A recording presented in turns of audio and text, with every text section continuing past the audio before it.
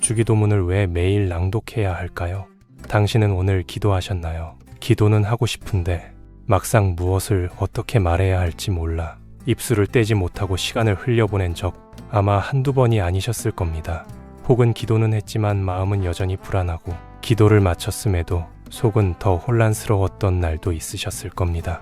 그럴 때 우리는 자연스레 이렇게 생각합니다. 이게 정말 하나님께 닿는 걸까?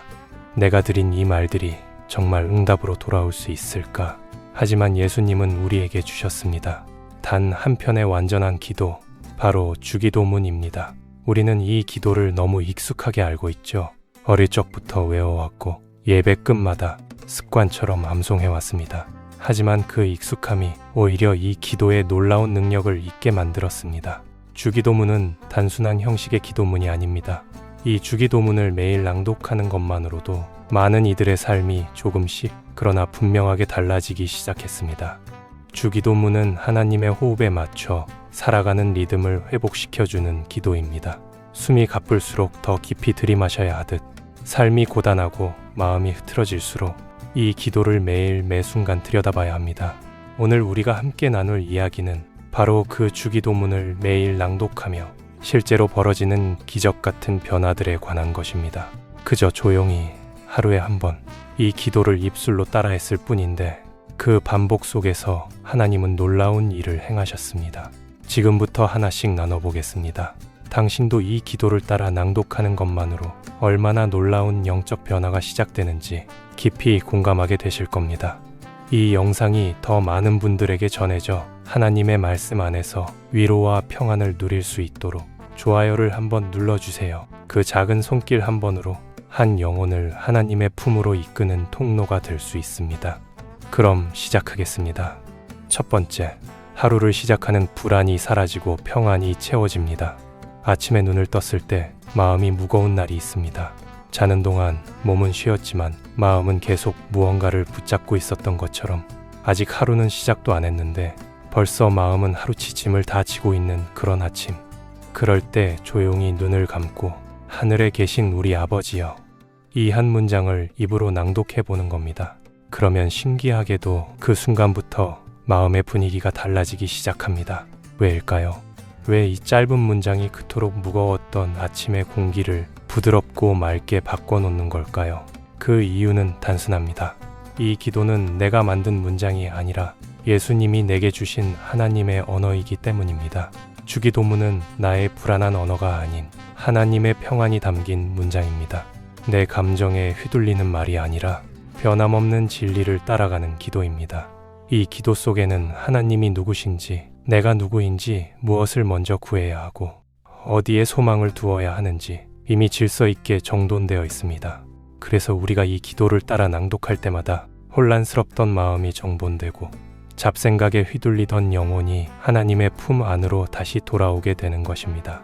특히 하늘에 계신 아버지라는 부름은 단 한 줄만으로도 우리의 정체성을 바로잡아 줍니다. 나는 혼자가 아니구나. 하늘에 계신 분이 내 아버지구나.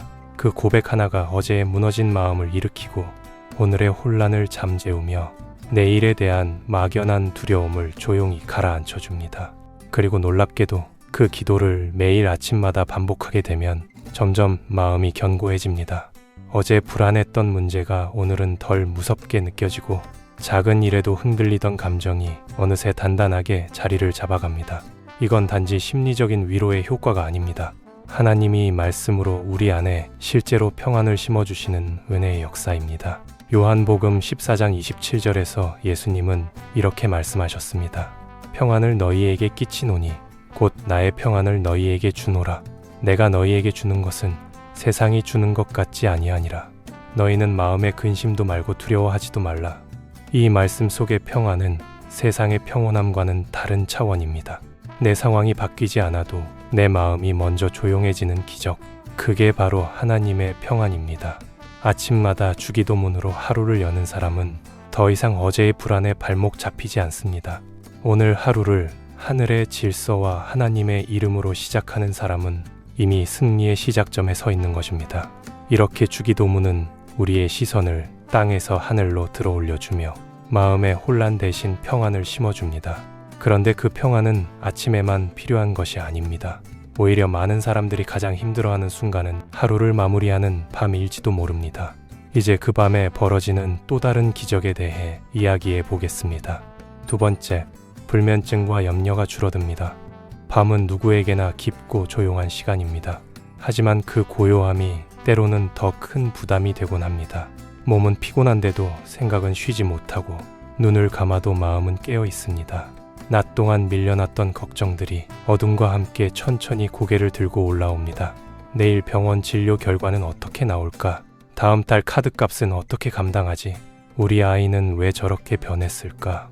이렇게 하루의 끝자락에서 우리는 종종 불안이라는 어둠과 마주하게 됩니다. 그런데 그 어둠 한가운데서 조용히 주기도문을 따라 입술을 여는 사람에게 신기한 일이 벌어집니다. 오늘 우리에게 일용할 양식을 주시옵고.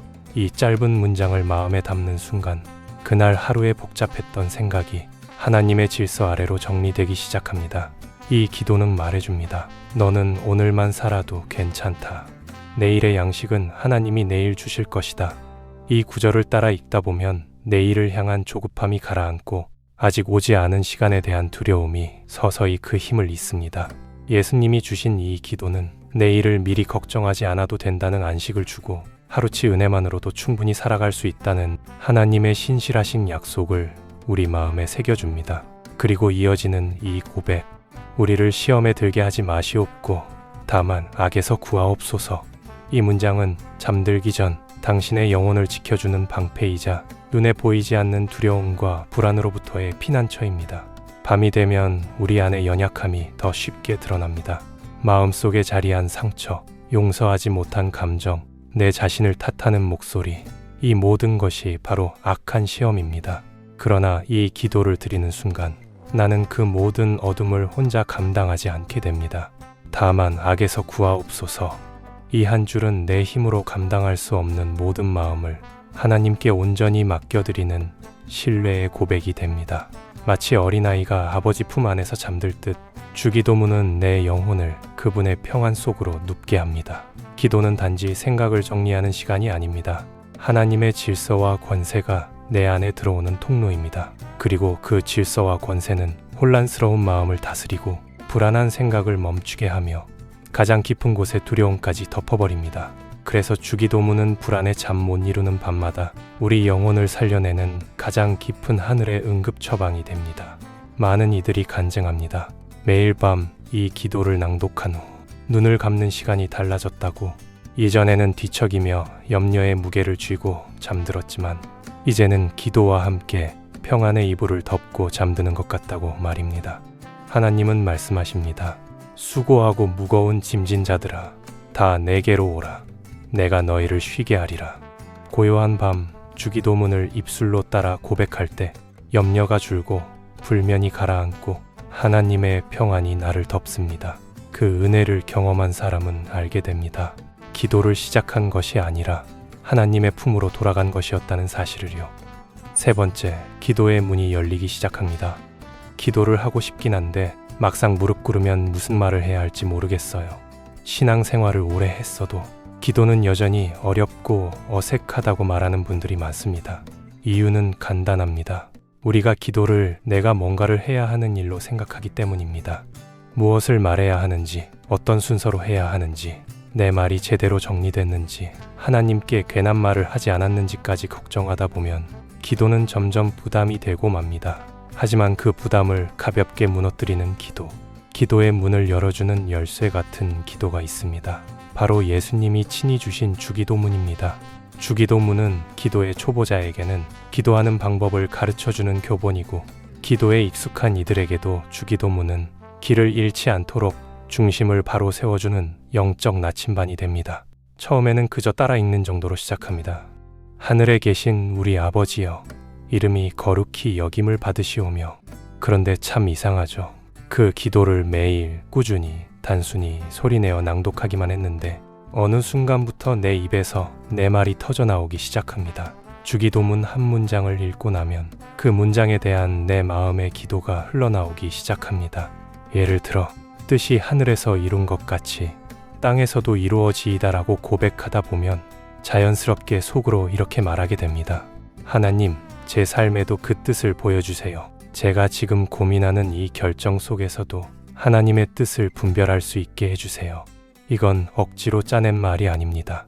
주기도문을 반복하는 가운데 내 영혼 깊은 곳에서 흘러나오는 정직한 기도입니다. 그렇게 기도의 문이 열립니다. 이전에는 하나님 감사합니다. 그런데 또 뭐라고 해야 하지 하던 기도가 이제는 주기도문의 각 문장을 시작점으로 삼아 자연스럽게 나만의 기도 여정으로 이어지게 됩니다.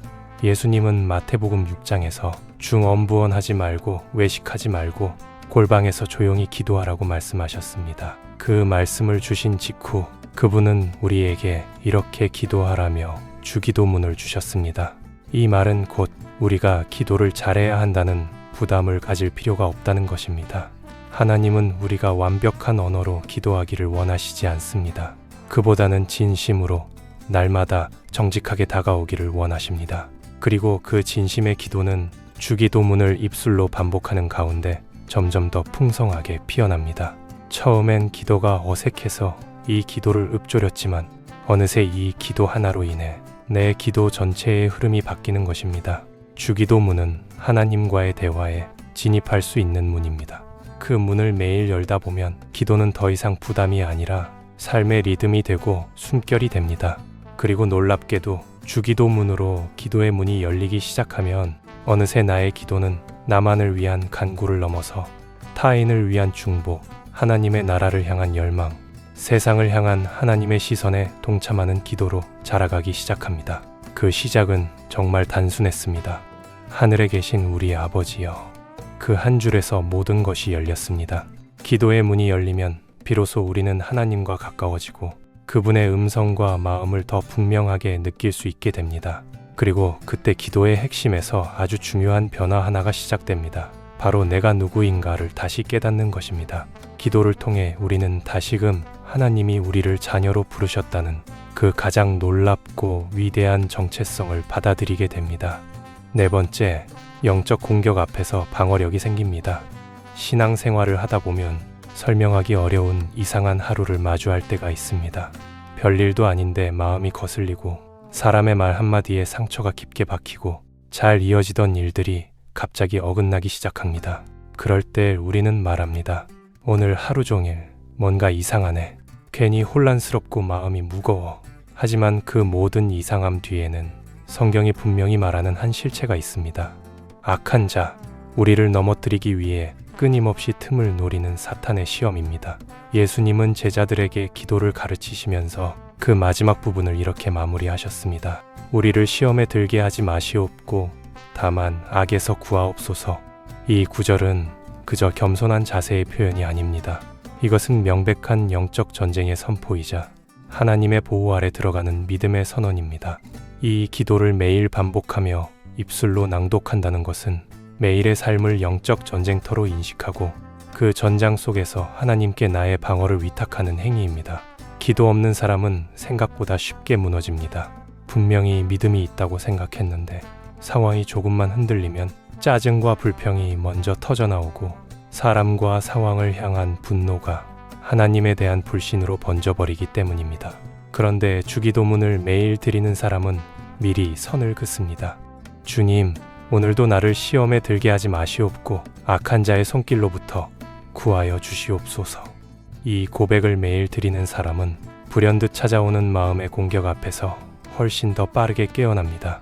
갑자기 솟구치는 화가 내 성격에서 비롯된 것이 아니라 악한 자의 공격일 수 있음을 분별하게 되고 누군가의 말 한마디에 상처받고 주저앉기보다는 그 배후에 있는 사탄의 계략을 간파하고 기도로 싸울 수 있는 영적 민감함이 생기게 됩니다. 바울도 에베소서 6장에서 이렇게 말했습니다. 우리의 씨름은 혈과 육에 대한 것이 아니요 정사와 권세와 이 어두움의 세상 주관자들과 하늘에 있는 악의 영들에게 대함이라. 이 싸움에서 이기기 위해 하나님은 우리에게 말씀과 기도라는 방패를 주셨고 그 기도의 집약체가 바로 주기도문입니다. 마귀는 빈틈을 노립니다. 피곤할 때, 외로울 때, 마음이 흔들릴 때, 기도를 놓쳤을 때. 그러나 매일 주기도문으로 하나님 앞에 마음을 세우는 사람은 그 틈을 허용하지 않습니다. 그는 자신의 감정을 다스릴 수 있게 되고 갑작스런 혼란 속에서도 하나님을 먼저 떠올릴 수 있게 되며 사람과 싸우는 것이 아니라 영적 싸움임을 분별할 수 있게 됩니다. 주기도문은 영적인 전신갑주 중에서도 가장 일상적인 갑옷입니다. 그 갑옷을 매일 입는 사람은 악한 자의 불화살이 날아올지라도 놀라지 않습니다. 왜냐하면 그는 이미 기도 속에서 싸움의 선포를 했고 하나님이 그 방패가 되어 주시리라는 확신 속에 하루를 살아가기 때문입니다. 5번째, 하나님의 자녀로서의 정체성이 강하게 세워집니다. 많은 사람이 예수님을 믿고 구원을 받았다고 고백하면서도 하나님의 자녀로서의 정체성을 분명하게 붙잡지 못한 채 살아갑니다. 겉으로는 신앙생활을 열심히 하는 듯 보이지만 속으로는 여전히 나는 부족하다, 나는 자격이 없다는 생각에 죄책감과 열등감, 그리고 세상의 시선에 끌려 흔들리곤 합니다. 주기도문은 우리를 그 흔들림에서 붙잡아 세워주는 정체성의 기도입니다. 예수님은 우리에게 하나님을 창조주나 주권자로만 부르라고 가르치지 않으셨습니다. 놀랍게도 아버지라고 부르라고 하셨습니다. 하늘과 땅을 지으신 전능자 앞에서 우리는 죄인이나 종이 아니라 사랑받는 자녀로 서도록 부름받은 것입니다. 이 부름은 거저 주어진 게 아닙니다. 예수 그리스도의 십자가 피값으로 우리가 하나님의 가족이 되는 은혜를 입은 것입니다. 그러니 우리가 주기도문을 입술로 고백할 때마다 그 고백은 단순한 종교 행위가 아니라 하나님과 나 사이의 관계를 새롭게 각인시키는 시간이 되는 것입니다. 세상은 끊임없이 우리를 다른 이름으로 부릅니다. 실패자, 죄인, 무능한 사람, 외로운 사람, 별 볼 일 없는 존재라고 말합니다. 하지만 우리가 하루의 시작과 끝에 하늘에 계신 우리 아버지여 라고 부르짖을 때 그 목소리는 우리 내면을 다시 세우며 말해줍니다. 이 진리는 성경 곳곳에서 확인할 수 있습니다. 로마서 8장 15절은 이렇게 말합니다. 너희는 다시 무서워하는 종의 영을 받지 아니하였고 양자의 영을 받았으므로 아바 아버지라 부르짖느니라. 이 부르짖음은 그냥 기도가 아닙니다. 내가 누구인지 누구의 것인지 다시 고백하는 영적 선언입니다. 그래서 주기도문을 반복해서 고백하다 보면 어느 순간 나도 모르게 하나님의 자녀답게 생각하게 됩니다. 하나님의 자녀답게 말하고 하나님의 자녀답게 행동하게 됩니다. 세상의 거짓된 정체성이 더 이상 나를 붙들지 못하게 됩니다. 불안이나 비교의식이 사라지고 내가 하나님의 사랑받는 자녀라는 사실이 내 영혼의 뿌리가 되어 흔들리지 않게 됩니다. 이것이 바로 주기도문이 매일매일 우리 영혼에 심어주는 가장 강력한 뿌리의 힘입니다. 말씀이 삶을 붙들고 기도가 정체성을 세우며 우리를 하나님 나라의 자녀로 온전히 자라나게 만드는 것입니다. 여러분은 지금까지 이 영상을 보면서 이런 생각을 하고 있을지도 모릅니다. 정말 매일 주기도문을 읽는 것만으로 그런 변화가 일어날 수 있을까? 그 짧은 기도 한 편이 내 인생에 무슨 영향을 줄 수 있을까? 정말 솔직한 질문입니다. 그리고 아주 좋은 질문입니다. 왜냐하면 하나님은 우리에게 복잡한 방법이 아니라 단순한 순종을 통해 역사하시기 때문입니다. 하나님의 능력은 길거나 멋진 말 속에 숨겨져 있는 것이 아니라 그분이 하라고 하신 것을 묵묵히 매일 해나가는 삶 속에서 서서히 드러납니다. 예수님은 제자들에게 이렇게 기도하라 하시며 주기도문을 주셨습니다. 그분은 이 기도가 반복되면 무의미해질 것이라 염려하지 않으셨습니다. 오히려 이 기도가 우리의 하루, 우리의 생각, 우리의 영혼을 정돈하는 기도가 되길 바라셨습니다. 그리고 오늘 우리가 나눈 이야기들은 그저 상상이나 이론이 아닙니다. 정말로 매일 주기도문을 낭독한 사람들에게 일어난 실제 변화들입니다. 아침마다 주기도문으로 하루를 시작하면 마음이 흔들리지 않는 평안이 찾아옵니다. 밤마다 주기도문을 따라 고백하며 잠들면 불면과 염려의 고리가 끊어지기 시작합니다. 기도가 어색하던 사람도 주기도문을 통해 하나님과의 대화의 문이 다시 열리게 됩니다. 무엇보다 이 기도는 당신이 누구인지를 매일 일깨워줍니다. 나는 하나님의 자녀다. 이 진리를 매일 입술로 고백하게 될 때 삶의 중심이 흔들리지 않게 됩니다. 여기까지 들으셨다면 이제 당신에게 드릴 수 있는 가장 중요한 조언은 하나입니다. 오늘부터 아무리 짧은 시간이라도 하루에 한 번 주기도문을 소리내어 낭독해보세요. 의식이 깨어있는 그 30초, 그 순간이 당신의 하루 전체를 바꾸는 문이 됩니다. 아직 변화가 느껴지지 않아도 괜찮습니다. 하루, 이틀, 사흘, 그 기도는 당신 안에서 말씀의 뿌리처럼 조용히 자라나고 어느 날 문득 깨닫게 될 것입니다. 내가 달라졌구나. 이전보다 덜 흔들리고 조금 더 하나님께 가까워졌구나. 그리고 그때 당신은 알게 될 겁니다. 하나님은 당신이 정성껏 써낸 편지보다 단순한 순종 한 줄을 더 기뻐하신다는 것. 주기도문은 작고 짧지만 그 속에 하나님 나라 전체가 담긴 기도입니다. 그 나라를 당신의 삶에 초대하는 방법, 그분의 뜻을 내 일상에 연결하는 길, 그리고 하나님과 매일 동행하는 가장 안전한 습관, 그게 바로 주기도문을 낭독하는 하루의 기적입니다.